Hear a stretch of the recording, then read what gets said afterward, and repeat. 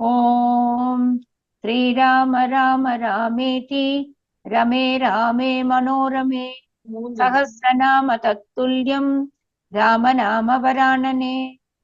ओम आपदामपहर्तारं दातारं सर्पसम्पदां लोकाभिरामं श्रीरामं भूयो भूयो नमाम्यहम्। Namaskar. Namaskar. Today we read chapter 25 of the Aranya Kandam, which has 47 verses. The ogres attack Sri Rama. Rama kills them all. आज हम अरण्य कांड के पंचविंश सर्ग का पठन पाठन और श्रवण करेंगे।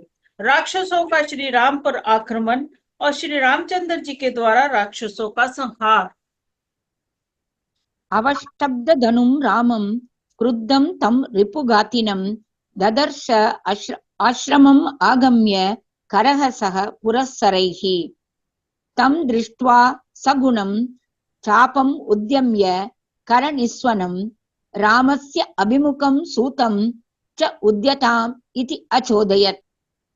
खर ने अपने आग्रागामी सैनिकों के साथ आश्रम के पास पहुंचकर क्रोध में भरे हुए शत्रुघाती श्री राम को देखा, जो हाथ में धनुष लिए खड़े थे।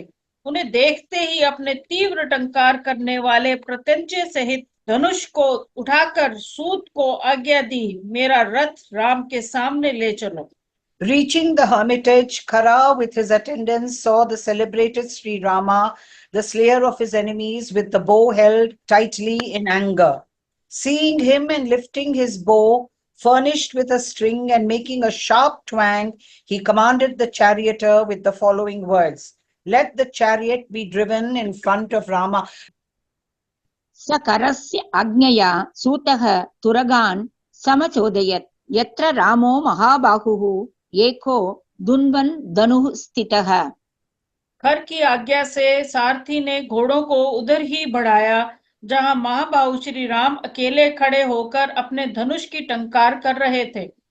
At the command of Khara, the said charioteer goaded the horses on to where the mighty armed Rama stood alone tweaking his bow. तं तु निष्पतितं दृष्ट्वा सर्वतो रजनीचराः मुञ्चमाना महानादं सचिवाः पर्यवारयन्।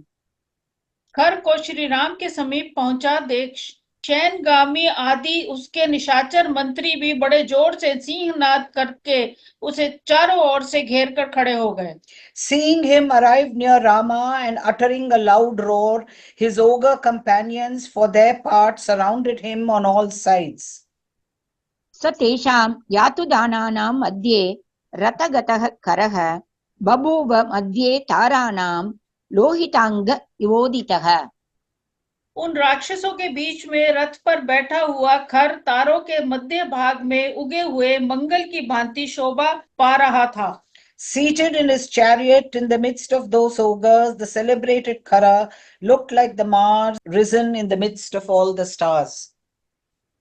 ततः शरसहस्रेण रामम् अप्रतिमौजसम् अर्दयित्वा महानादं ननाद समरे करः। उस समय खर ने समारंगन में सहस्त्रों बाणों द्वारा अप्रीतम बलशाली श्री राम को पीड़ित सा करके बड़े जोर से गर्जना की। Striking Sri Rama of incomparable vigor with 1,000 arrows, Khara forthwith made a loud roar on the battlefield. ततस्तं भीमधन्वानं क्रुद्धाः सर्वे निशाचराः रामं नानाविधैः शस्त्रैः अभ्यवर्षन्त दुर्जयम्। तदंतर क्रोध में भरे हुए समस्त निशाचर भयंकर धनुष धारण करने वाले दुर्जय वीर श्री राम पर नाना प्रकार के अस्त्र शस्त्रों की वर्षा करने लगे। Feeling enraged, all the night stalkers assaulted with various kinds of weapons the celebrated Sri Rama, who was armed with a terrible bow and was hard to conquer.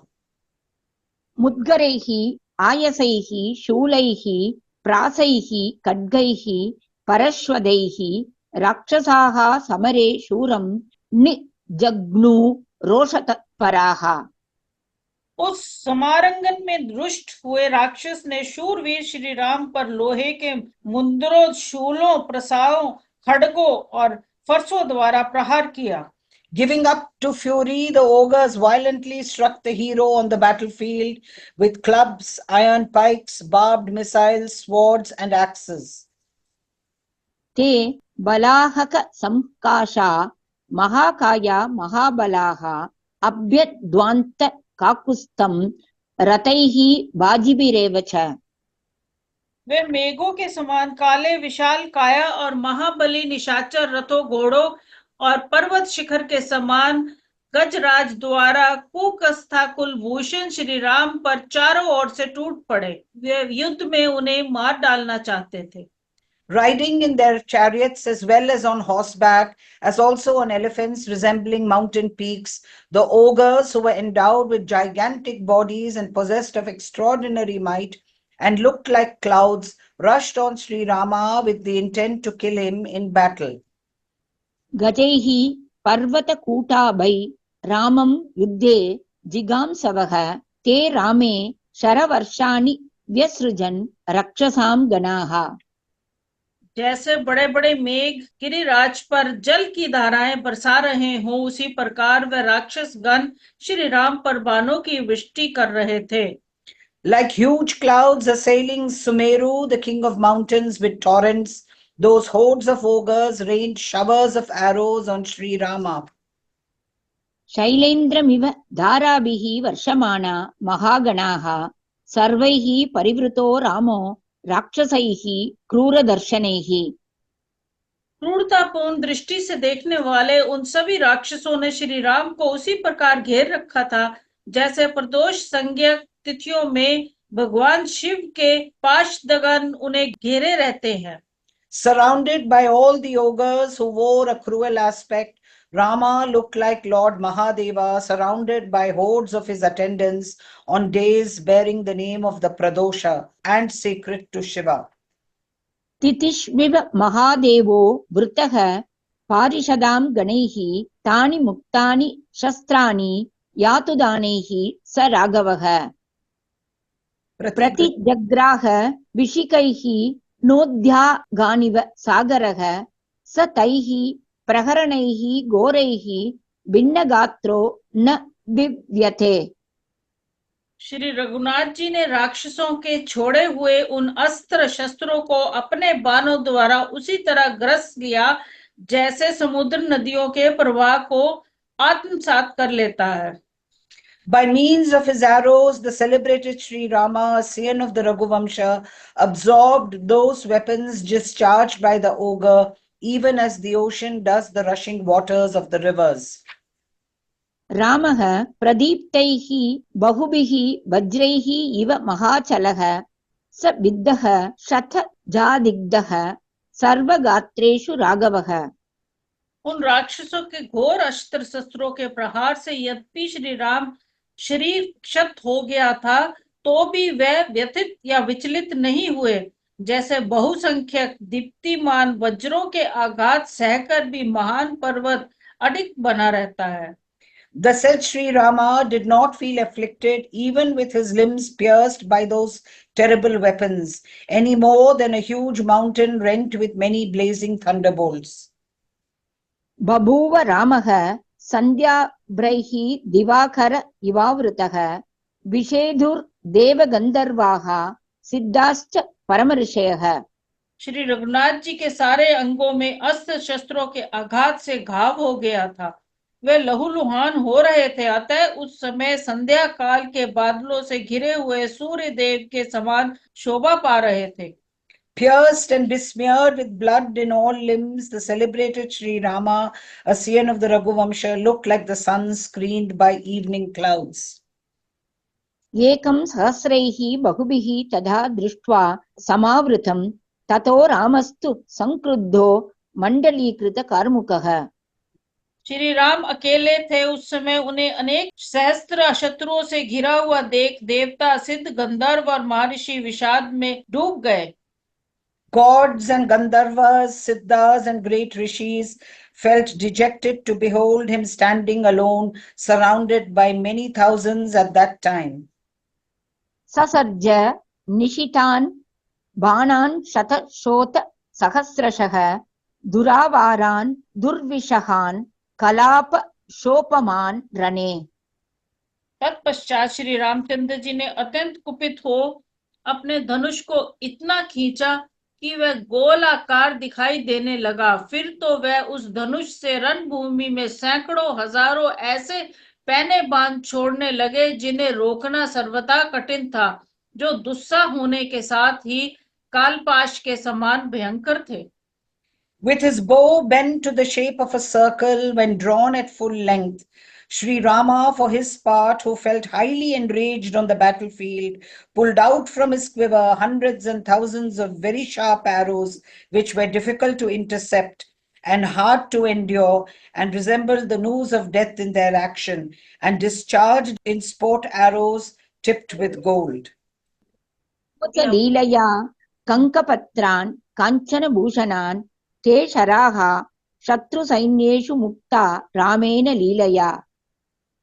उन्होंने खेल खेल में ही चील के परों से युक्त असंख्य स्वर्ण भूषित बांध छोड़े। शत्रु के सैनिकों पर श्री राम द्वारा लीला पूर्वक छोड़े गए वह बांध कालपाश के समान राक्षसों के प्राण लेने लगे। Sportfully hurled on the enemy's ranks by Sri Rama, the aforesaid shafts took away the lives of the ogres like the nooses of death. अदधु रक्षसां प्राणान् पाशाः कालकृता इव भित्त्वा राक्षसदेहांस्तांस्ते शरा रुधिराप्लुताः। राक्षसों के शरीर को छेद कर खून में डूबे हुए वह बांध जब आकाश में पहुंचते तब प्रज्वलित अग्नि के समान तेज से प्रकाशित होने लगते थे। Having reached the air, piercing through those bodies of the ogres, those arrows soaked in blood shone bright like kindled fire. अन्तरिक्षगता रेजुर्दीप्ताग्नि समतेजसः असंख्येयास्तु रामस्य सायकाश्चापमण्डलात्। श्री राम के मंडलाकर धनुष से अत्यंत भयंकर और राक्षसों के प्राण लेने वाले असंख्य बाण छूटने लगे। Most formidable arrows without number flew from the circular bow of Sri Rama, taking away the lives of the ogres. विनिष्पेतुः अतीवोग्रा रक्षः प्राण अपहारिणः तैः धनुंषि ध्वजाग्राणि चर्माणि कवचानि च बाहून् सहस्ताभरणान् उरून् करिकरोपमान् चिच्छेद रामः समरे शतशोत सहस्रशः।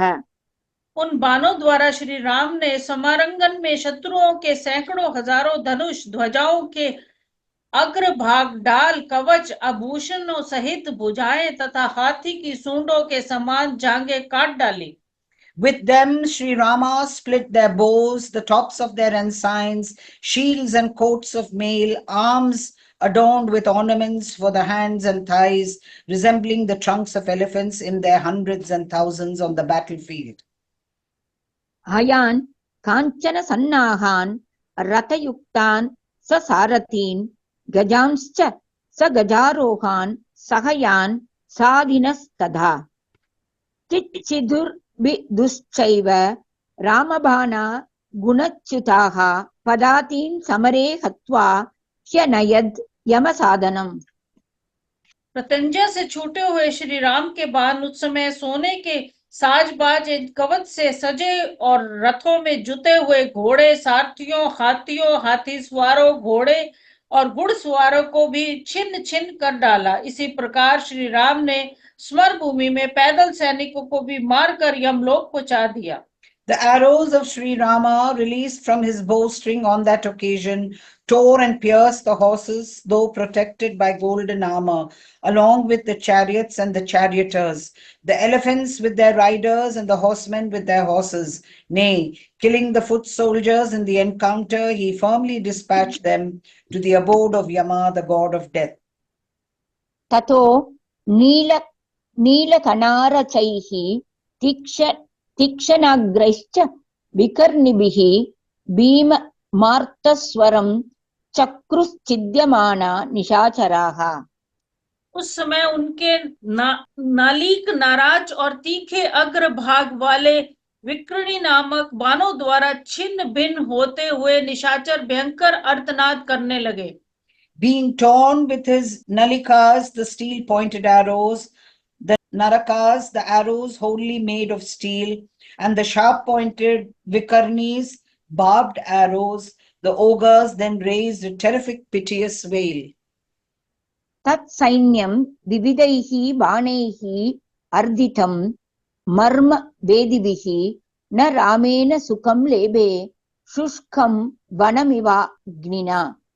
श्री राम के चलाए हुए नाना प्रकार के मर्म वेदी बाणों द्वारा पीड़ित हुए वह राक्षस सेना आग से जलते हुए सूखे वन की भांति सुख शांति नहीं पाती थी। Tormented by Sri Rama with arrows of various kinds, piercing their vital parts, the said army was ill at ease like a dry forest oppressed by fire. केचित् भीमबलाः शूराः प्रासान् शूलान् परश्वधान् चिक्षिपुः परमक्रुद्धा रामाय रजनीचराः। कुछ भयंकर बलशाली शूरवीर निशाचर अत्यंत कुपित हो श्री राम पर प्रासों शूलों और फरसों का प्रहार करने लगे। Extremely enraged, some gallant night stalkers possessed of terrible might hurled at Sri Rama barbed missiles, iron pikes, and axes. तेषां बाणैः महाबाहुः शस्त्राणि अवार्य वीर्यवान् जहार समरे प्राणांश्चिच्छेद च शिरोधरान्। परंतु पराक्रमी महाबाहु श्री राम ने रणभूमि में अपने बाणों द्वारा उनके उन अस्त्र शस्त्रों को रोककर उनके गले काट डाले और प्राण हर लिए। Intercepting their weapons with his arrows, the valiant and mighty armed Sri Rama severed their necks and took away their lives in the encounter. ते छिन्नशिरसः पेतुश्चिन्न चर्मशरासनाः सुपर्ण वात विक्षिप्ता जगत्यां पादपा यथा। अवशिष्टश्च ये तत्र विषण्णास्ते निशाचराः करमेव अभ्यधावन्त शरणार्थं शराहताः।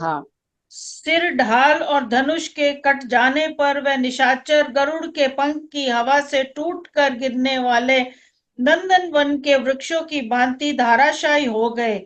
जो बचे थे वे राक्षस भी श्री राम के बाणों से आहत हो विषाद में डूब गए और अपनी रक्षा के लिए खर के पास ही दौड़े गए।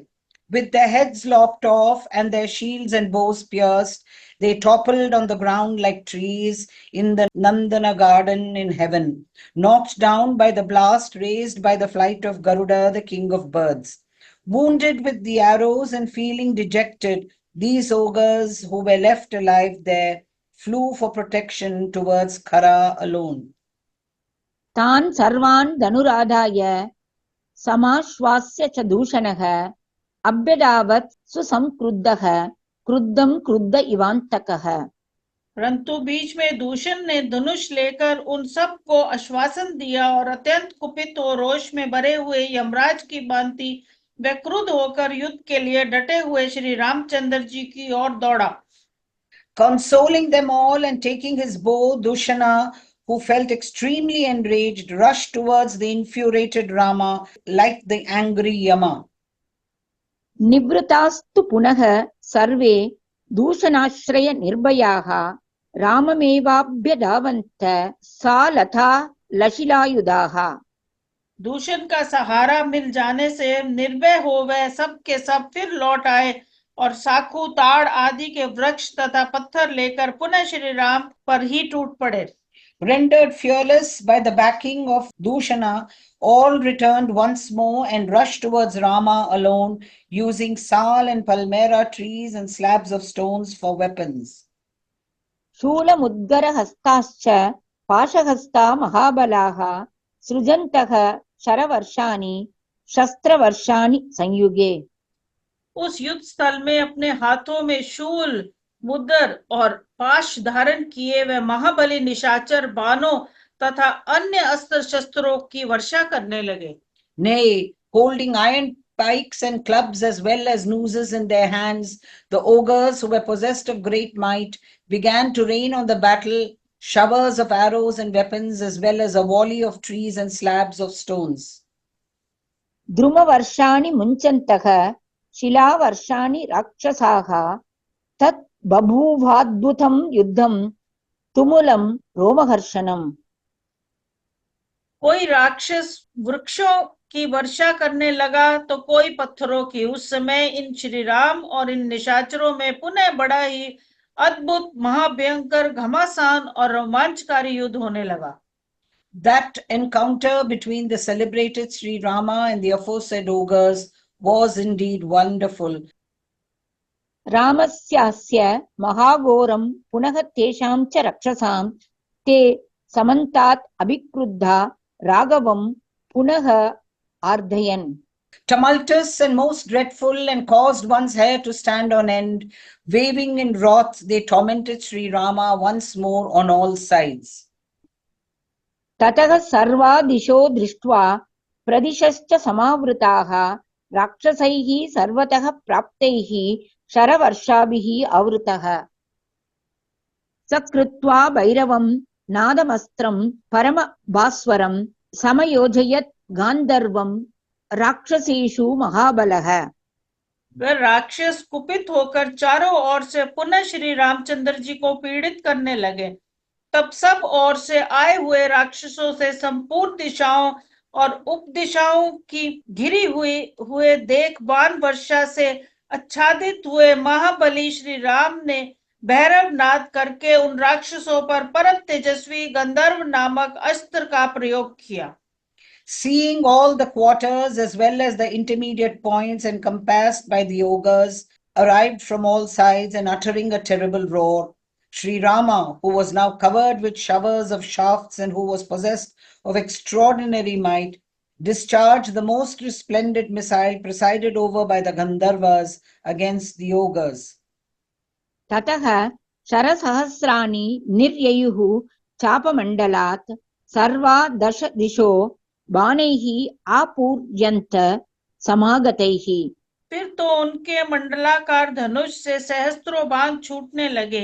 इन बाणों से दसों दिशाओं पूर्णतः आच्छादित हो गई। Then from his circular bow sped thousands of arrows.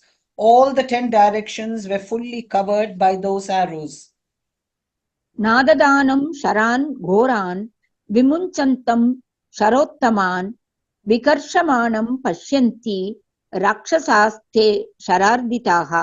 बाणों से पीड़ित राक्षस यह नहीं देख पाते थे कि श्री रामचंद्र जी कब भयंकर बाण हाथ में लेते और कब उत्तम बाणों को छोड़ देते। वह केवल उनको धनुष खींचते देखते थे। Tormented by the arrows, the said ogres did not perceive Sri Rama picking up the dreadful and excellent arrows or discharging them. They only saw him pulling his bowstring alone. शरान्धकारम् आकाशम् आवृणोत् स दिवाकरं बभूव अवस्थितो रामः प्रक्षिपन् इव तान् शरान्। श्री रामचंद्र जी के बाण समुदाय रूपी अंधकार ने सूर्य सहित सारे आकाश मंडल को ढक दिया। उस समय श्री राम उन बाणों को लगातार छोड़ते हुए एक स्थान पर खड़े थे। The darkness spread by the arrows enveloped the sky, including the sun, and Sri Rama simply stood sending forth those arrows as though mechanically. युगपत् पतमानैश्च युगपच्च हतैर्भृशं युगपत् पतितैश्चैव विकीर्णा वसुधा भवत्। एक ही समय बाणों द्वारा अत्यंत घायल हो एक साथ ही गिरे हुए बहुसंख्यक राक्षसों की लाशों से वहां की भूमि पट गई। The earth was strewn in no time with the ogres hit hard by the arrows, all at a time, toppling down all and fallen on the ground all at once.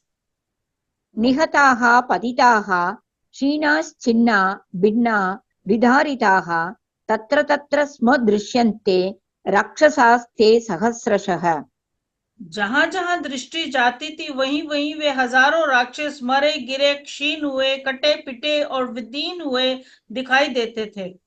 The ogres were seen in their thousands, killed outright, struck down, exhausted, split into two, hacked to pieces, and disemboweled here and there. सोषैः उत्तमाङ्गैश्च साङ्गदैः बाहुभिस्तथा उरुभिः बाहुभिः चिह्नैः नानारूपैः विभूषणैः हयैश्च द्विपमुखैश्च रथैः भिन्नैः अनेकशः चामरव्यजनैः छत्रैः ध्वजैः नानाविधैः अपि रामेण बाणभिहतैः विच्छिन्नैः शूलपट्टिशैः खड्गैः खण्डीकृतैः प्रासैः विकीर्णैश्च परश्वदैः चूर्णिताभिः शिलाभिश्च शरैः चित्रैः अनेकशः विच्छिन्नैः समरे भूमि विस्तीर्णा भूत भयंकरा। वहां श्री राम के बाणों से कटे हुए पंगड़िए सहित मस्तक को, बाजूबंद सहित भुजाओं, जांघों, बाहों, भांति भांति के आभूषणों, घोड़े श्रेष्ठ, हाथियों, टूटे फूटे अनेकानेक रथों, चंबरों, व्यंजनों, छत्रों, नाना प्रकार की ध्वजाओं, छिन्न भिन्न हुए शूलों, पटिशों, खंडित खड़गों, बिखरे प्रासों, फरसों, चूर चूर हुई शिलाओं तथा टुकड़े टुकड़े हुए बहुतेरे विचित्र बाणों से पटी हुई वह समर भूमि अत्यंत भयंकर दिखाई देती थी। Thickly strewn with heads wrapped in the turbans, as well as with arms adorned with armlets, nay, with severed thighs and arms, ornaments of various design, as also with horses, foremost elephants and chariots broken at many places, whisks, canopies, and ensigns of various patterns, all struck down by the arrows of Sri Rama. Iron pikes, scimitars, and swords torn into pieces, barbed missiles shattered, axes scattered all over, slabs of stone reduced to powder, and numerous arrows of various kinds torn into splinters. The earth looked ghastly. तान् दृष्ट्वा निहतान् सर्वे राक्षसाः परमातुराः न तत्र चलितुं शक्ता रामं परपुरञ्जयम्। उन सबको मारा गया देख शेष राक्षस अत्यंत आतुर हो वहां शत्रु नगरी पर विजय पाने वाले श्री राम के सम्मुख जाने में असमर्थ हो गए। So distressed to see them slain, all the surviving ogres who were unable to advance towards Sri Rama, the conqueror of the enemy's citadels.